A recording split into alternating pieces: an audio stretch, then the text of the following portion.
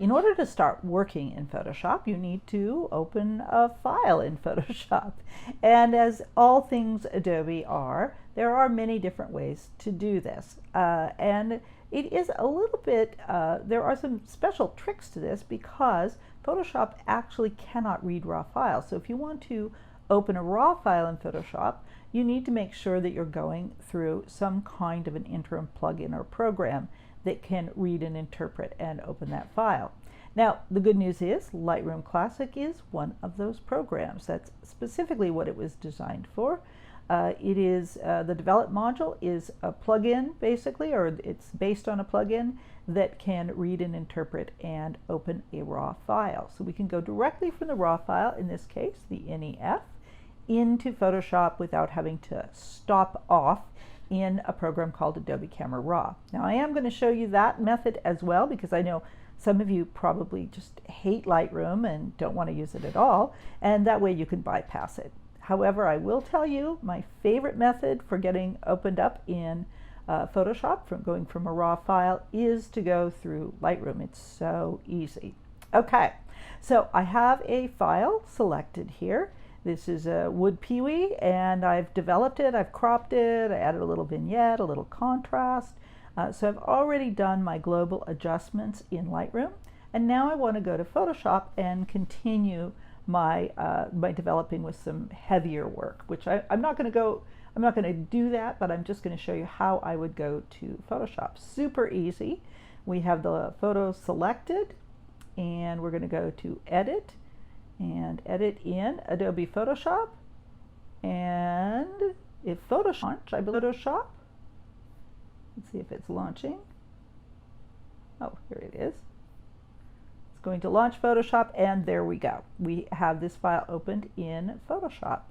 So it's that easy. It's really wonderful. Now, there's a couple of advantages. One of the things you can see is all of the changes that we made in Lightroom are in this file that we opened up, so we don't have to redo those, we just continue from there. But here's another cool thing.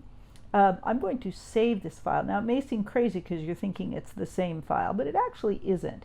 Once it opens up in Photoshop, this file is a PSD file. It's a totally separate file, so if I save it, it's going to save this same file as a PSD file. And here's the cool thing, it's going to drop it right back into Lightroom right next to the original. So here is that image as a PSD. I didn't make any changes to it, but if I had, they would be here. And here is the raw file, the NEF. And as long as I go ahead and just save it, it just falls right back into that Lightroom catalog. And I like it that way because it keeps me super organized. I don't lose things. Okay. But let's say you don't want to do this from Lightroom. Well, you have an answer. We're just going to go out of here. I'm going to go into the actual folder where this file was stored. And that's why I had that open so I could actually make sure and find it. It's actually kind of easy because we've got this PSD in here now, but let's pretend we don't. Here is the raw file, and I'm just going to click on it. And if I just double click it from this folder, it's going to open up, but not in Photoshop. It will open up in Adobe Camera Raw. Now this is a very important, very cool program. Once you start exploring Adobe Camera Raw, we'll talk about it a little bit more as we go, you're going to realize that it's actually exactly like the Lightroom Develop panel. I mean exactly. It's configured differently, but every single tool that we have here is exactly the same tool that we have in Lightroom. And that's because they really are the same program. Adobe Camera Raw was invented before Lightroom, and then when the idea came for Lightroom, this was used as the main engine to power Lightroom. So this, though, is Adobe Camera Raw, which operates with Photoshop, so you don't have to go into Lightroom to open your raw files. Now, a couple things while you're here. Most importantly, you want to click down here, and once you do this, usually the next files are going to come up in the right way, but you want to click into these raw preferences, and you want to go to Pro Photo, and you want to go to 16 bits. Now this is just making sure that you're starting with the largest, highest resolution image that you can.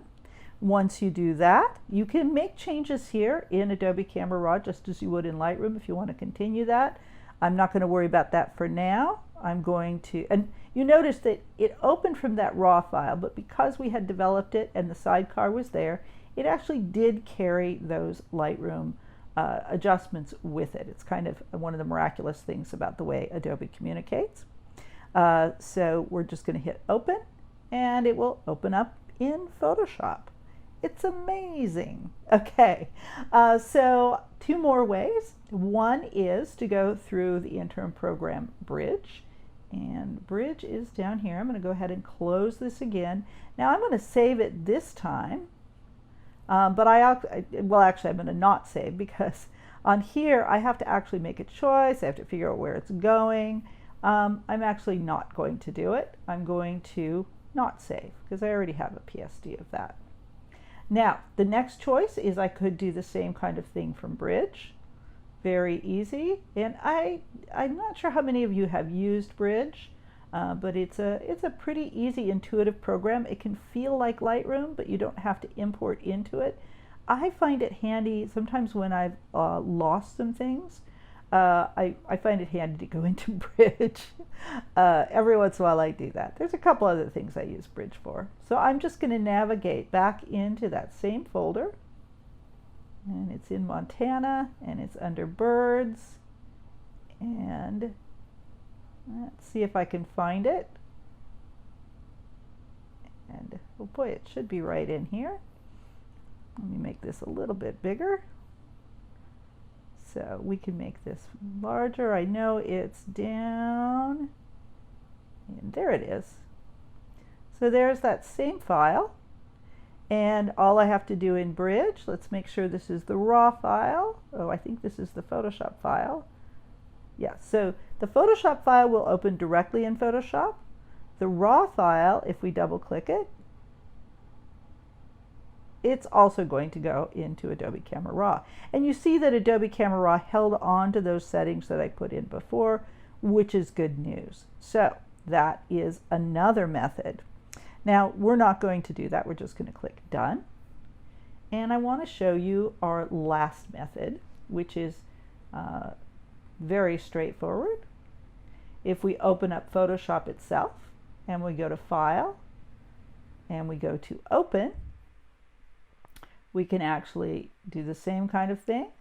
Navigate into Pictures, 2020 Photos, July, Montana, Birds, and we know that that file number, actually I want to get into, if I get into Birds, I'm going to go ahead and go over here. It's making it a little bit challenging for me to see.